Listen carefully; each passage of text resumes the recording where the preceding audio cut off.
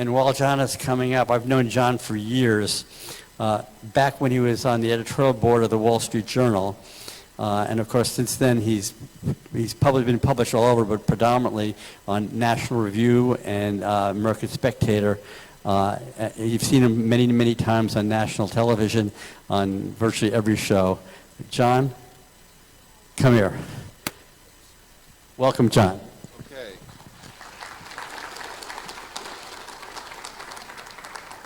John Fund, National Review, and FoxNews.com. I'm supposed to say that here.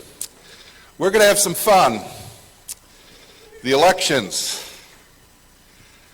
First of all, the Biden administration does not disappoint. Every day there's something new to talk about.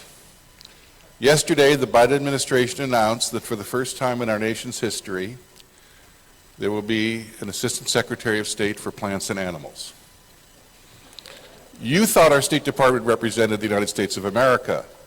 No, we're now going to have a Secretary of State to represent geopolitical biodiversity. This is to make sure that the plants and animals are safe. We may not be safe. We may be victims of crime. We may not be secure, but don't worry, someone's looking out for the plants and animals. And by the way, Monica Modena, who is the new Assistant Secretary for Plants and Animals, she happens to be the wife of White House Chief of Staff Ron Klain. Talk about an incestuous game in Washington, D.C. They all know each other. They all scratch each other's back. So, this is October 1st. This is the starting gun. This is when the election and the campaign becomes real. Why do I say that? October 1st is traditionally the day when the switch is turned and you're close enough to the election and you've had enough of a campaign, you can start to figure out who is going to vote. Because the most important thing in an election is not what the final votes are, but who voted. And that a lot of factors go into play in that. Voter enthusiasm, last-minute issues, crises, whether or not the administration has been able to communicate its message properly, how much did it pass in Congress in the last few weeks. They just left town yesterday. Thank God, temporarily safe at last. That means the polling that you constantly see shifts starting today. Before this, it's been almost completely polls of all adults, then it turns to all registered voters. Today, it starts to be likely voters. Now, you can make mistakes on who's going to be a likely voter. It won't shock you that lots of people say they're going to vote and they don't turn up. But there are various questions you can ask them to measure how sincere they are in their intention to vote. The best data we're going to get on the campaign starts today. Let me give you an example. Up until about 10 days ago, there had been 140 polls measuring the generic congressional vote. In other words, do you want a Democrat or a Republican in your district? Do you want Democrats to control Congress? Do you want Republicans to control Congress? 107 of those 140 polls measured registered voters. And by the way, in a midterm election, only about half of registered voters turn out. Only about half. The key is knowing which half. Of those 107 polls, listen to this. 46 gave Democrats the edge, 47 gave Republicans the edge, and 14 were tied. In other words, a very, very close race. But 33 of those polls measured only likely voters. They used various screens to figure out which part of that registered voter base would actually vote. Republicans won 31 of those 33 contests. So there's a difference in who you poll if you want to know what the result is going to be. And this is where the media, what I call the media industrial complex, plays a role. As a card-carrying member of the media, the two biggest problems in the media are not bias or simple hostility towards you.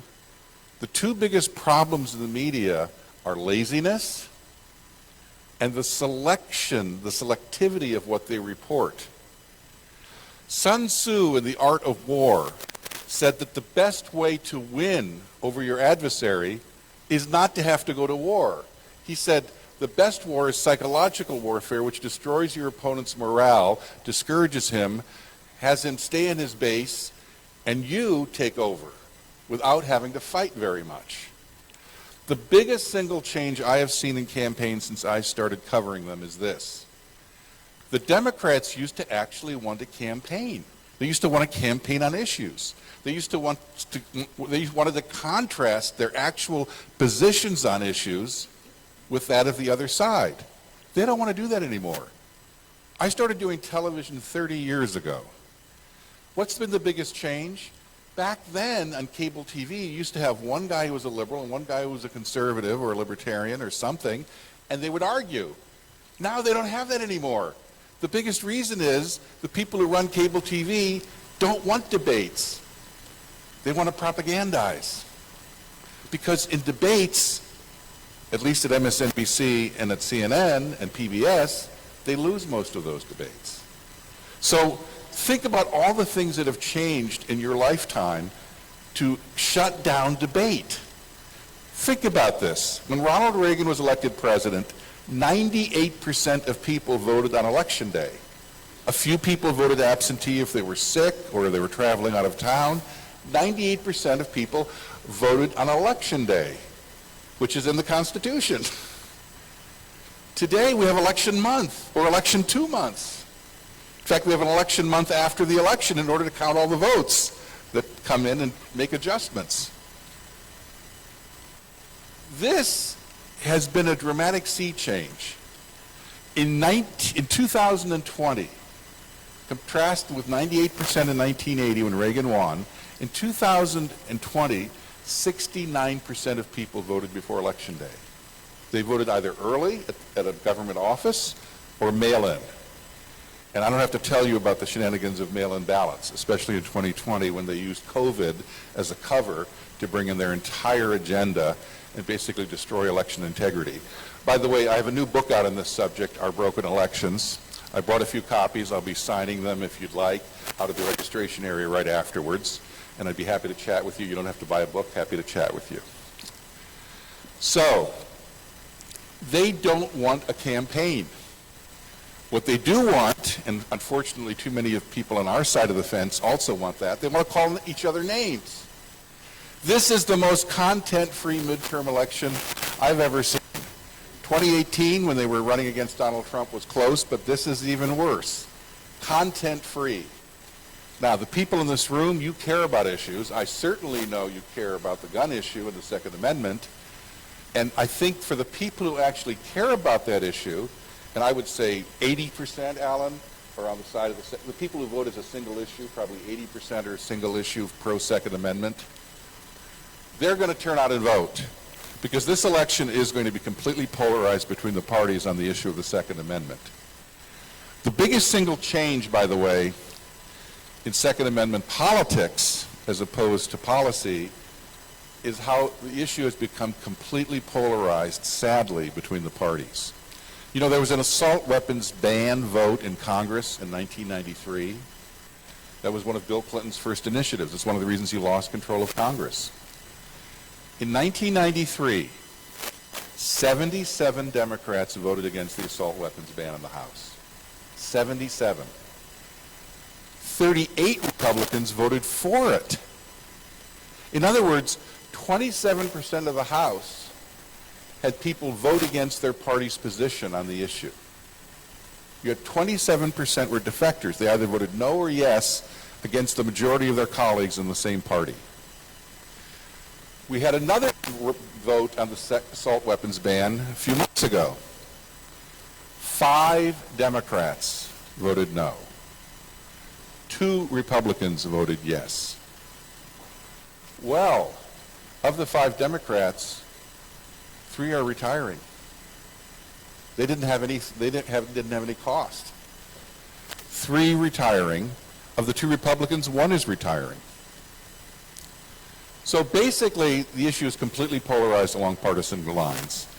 I think that's a problem in the long run, because eventually one party does take control of both branches of Congress and the White House, as we have now, and then you have to fight to make sure that you don't have major erosion on the issue.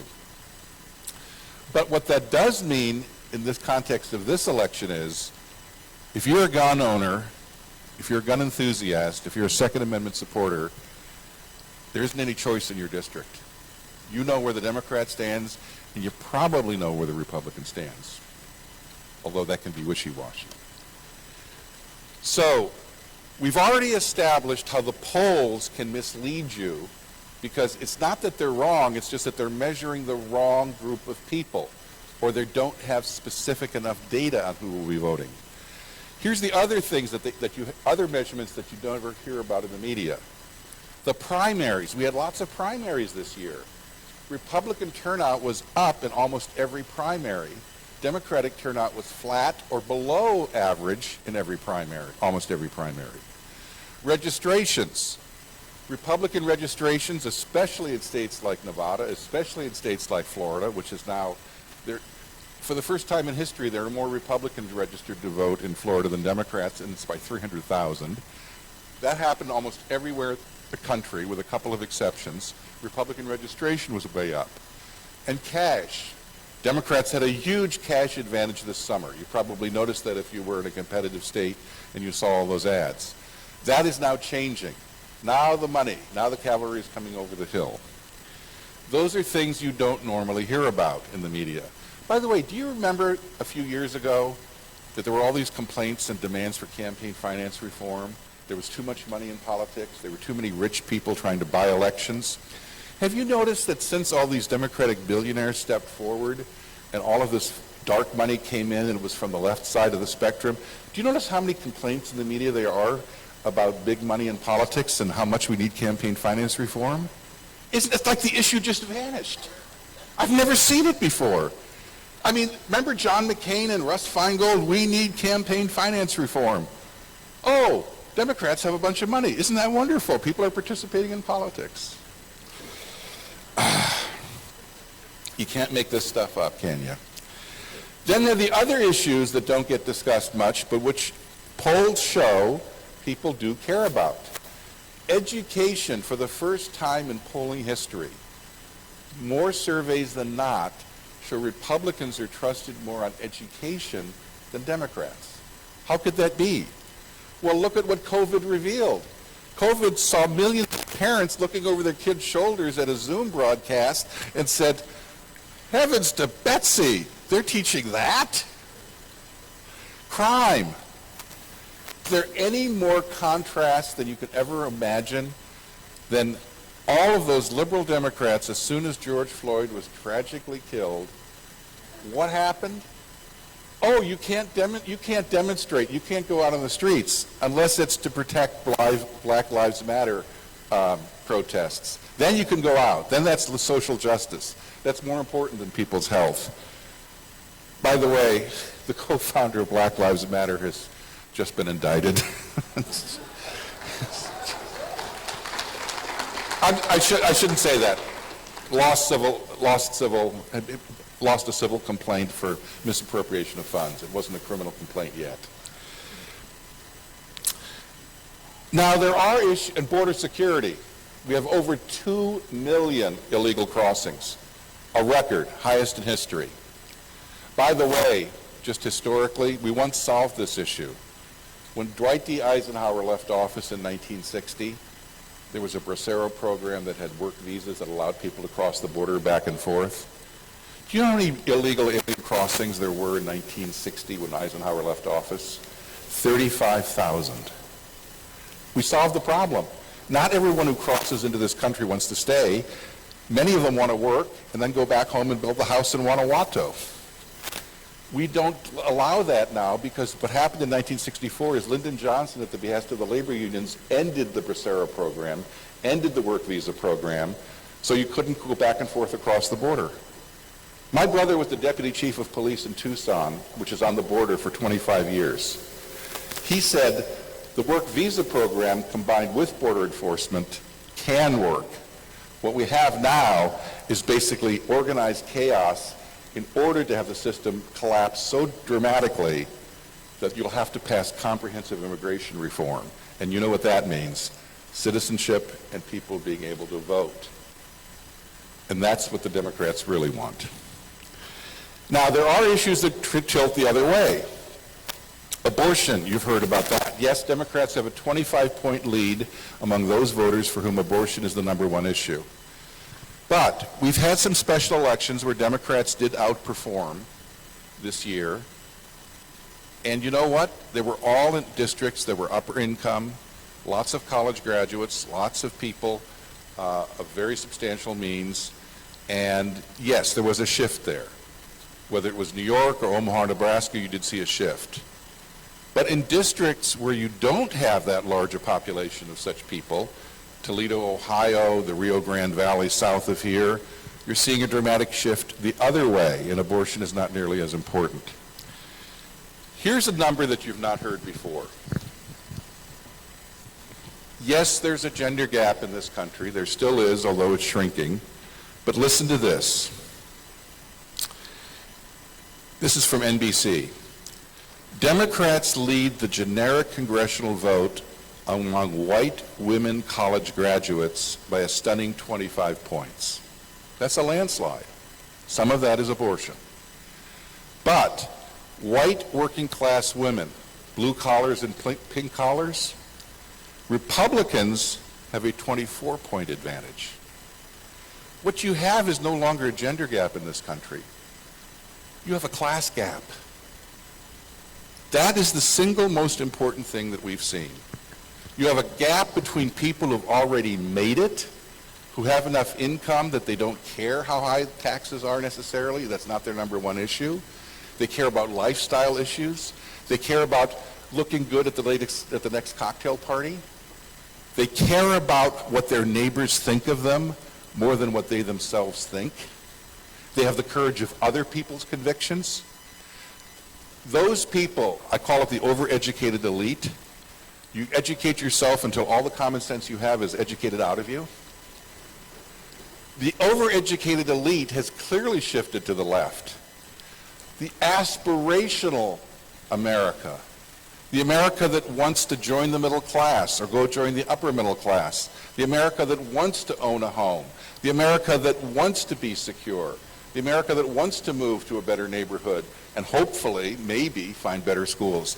That America, whether it's white, black, brown, or Asian, is moving towards the Republicans. Couple numbers.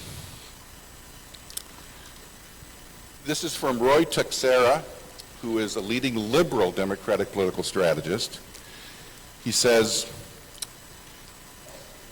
the Hispanic margins for Democrats in 2022 are half what they were in the last midterm election of 2018, and they lag behind 2020 as well. All over this country, Hispanics are flocking to the Republican Party because many of them work in oil and gas, which is now the new devil product. They work in the Border Patrol, for example, along the Rio Grande Valley. Biden has trashed the Border Patrol, destroyed morale. They work in law enforcement, or they're shopkeepers, small business people who are being harassed and audited. And who do you think the 87,000 new IRS agents are going to be going after? We all know that the rich have the ability to hire accountants and lawyers to keep the IRS at bay. The small businessman or small businesswoman doesn't. So this is a quote from a Democratic state senator, by the way, the only openly gay Democratic state senator in New Mexico. His name is Jacob Candelaria, and this is what he says. He explains why the people in this district, and he doesn't like this, he's a Democrat, why the people in this district are leaving the Democratic Party. Quote, college-educated elite whites have taken over and are setting the agenda and narrative of the Democratic Party. My people don't care about electric vehicles when they can barely afford food. Couldn't have put it better myself. So, I'm not here to give you specific predictions, but I think it's safe to say the overwhelming body of evidence is Republicans are going to take back the House, The Senate is going to be a dogfight because, frankly, there's some dogs who are Republican Senate candidates. I wouldn't have picked some of the ones that were picked, and I'm not saying whether it's not just because they're, either conservative or liberal or pro-Trump or anti-Trump.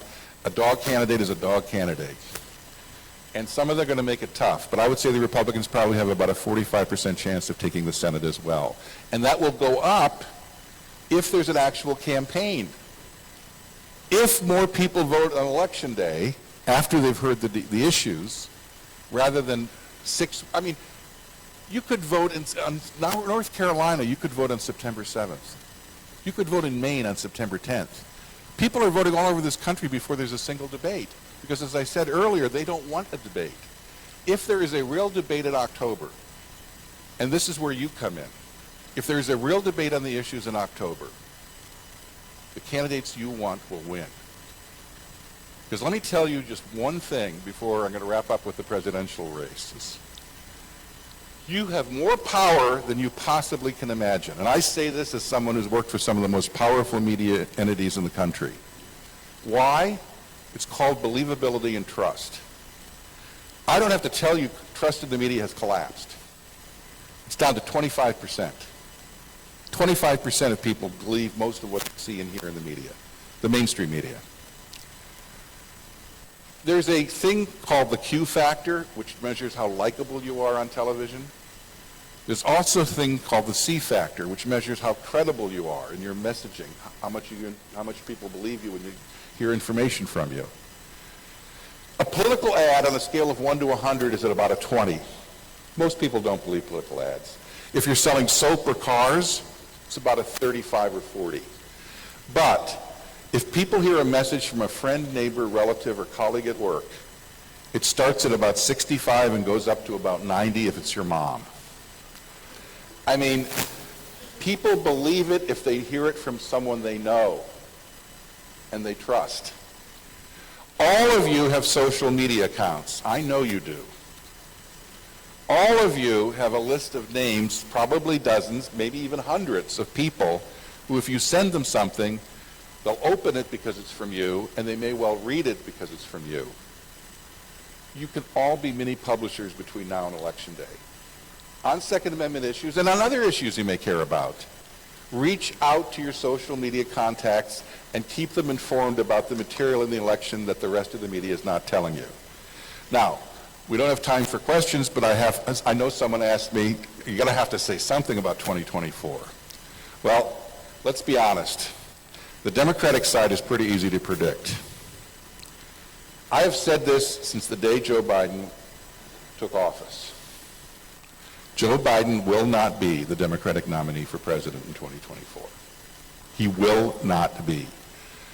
Did you see the latest video? I mean, we've been 4 videos in the last week and a half basically showing it's nighttime for Bonzo. It's just bad.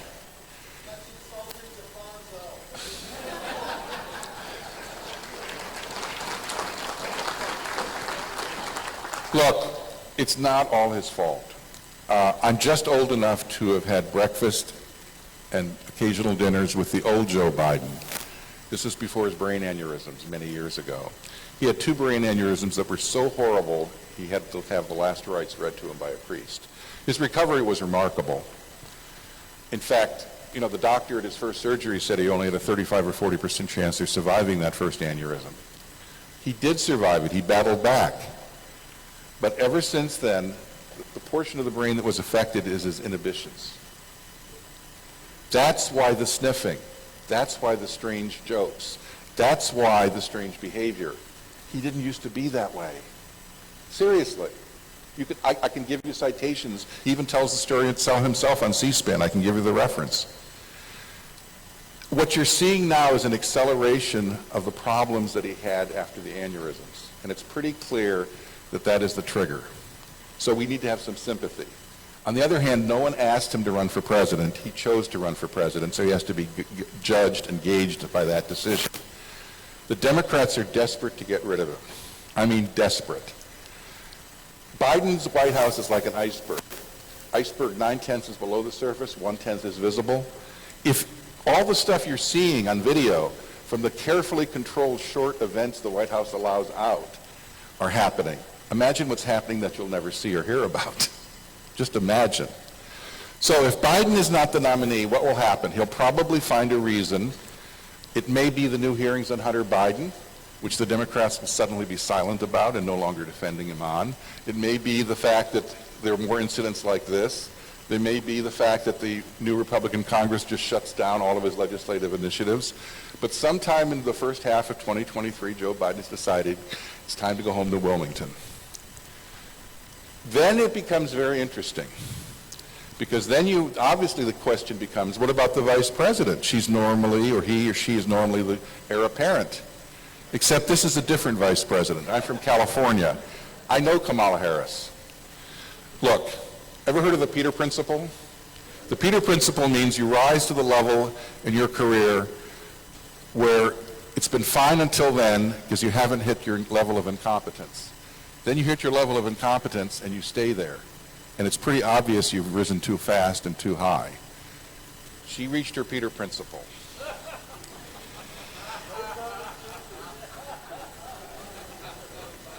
This is not just about affirmative action, because obviously she was selected in part for her identity and her pronouns, whatever they are.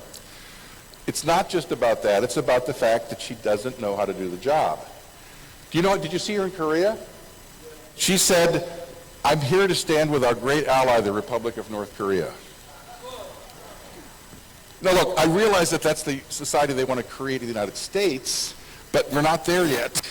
She jumped the shark. Kamala Harris is not going to be the Democratic presidential nominee either in 2024. You could walk through her deepest thoughts and not get your ankles wet. And they know that she's a problem. So I fear you're going to have a choice between, worst case is Gavin Newsom, Mr. Oleaginous and hair gel. Then you go to Pete Buttigieg, who's a very smart guy but is not going to sell in the rural South or in minority communities. I'm sorry. The rest of the country is enlightened, but there are some parts that aren't. And just look at his showing in the South Carolina primary. Or maybe somebody sensible, at least outwardly, like Amy Klobuchar, someone like that, who might have a chance. But I wouldn't want to bet much on the chances of the Democratic presidential nominee in 2024. As for the Republicans, there are those who think that Donald Trump runs and there will be no one running against him. That's not going to happen. I've known Donald Trump for 36 years. Not well, but I've covered him for 36 years. And believe me, I used to take his calls when he was pretending that he was his own PR agent and masquerading his voice because he was too cheap to hire his own PR agent. I've known Donald Trump for 36 years. He wants to run desperately. He wants redemption. He wants to revenge. He wants to run. But I will tell you right now, he's slowing down too. His attention span used to be 15 seconds. It's down to 5. And I will tell you the single biggest mistake he has made since 2020 is I talk about the 2020 election. He shouldn't. He should be talking about the future. People will not let you litigate the past forever. The past for them is eventually the past. I haven't heard a new idea from Donald Trump. I've heard lots of good things about how good things were between 2016 and 2020, and they were good. They were good. But what are you going to do for me lately? That's always the next question in politics. He will be challenged. It will be a tough primary fight, and I don't know who the winner will be. And yes, Ron DeSantis is running. So, with that, I'll just conclude by saying polls are going to bounce around a lot, and there's going to be a lot of media speculation, and pundits will be bloviating between now and Election Day. Ignore them. Even me. Ignore them. Make up your own mind. I have a newsletter, which I send out every day with Steve Moore and Art Laffer and Larry Kudlow, who used to be Donald Trump's National Economic Director. You are welcome to subscribe to it free. It's free. We have a generous donor. All you have to do is go to committee-to-unleash-prosperity.org. I'll repeat that. Committee-to-unleash-prosperity.org. There's a box there where you can sign up for the newsletter. It's called the Hotline. Comes out 5 days a week. We welcome you. We have 95,000 subscribers. We're looking for more. Committee to unleashprosperity.org. And that's where you'll be able to read the stuff that I put out on politics, and you can believe it or not believe it, but at least I'm not trying to snow you. Any mistakes I make are legitimate mistakes. So in close races, here's what's going to happen, I think, in October.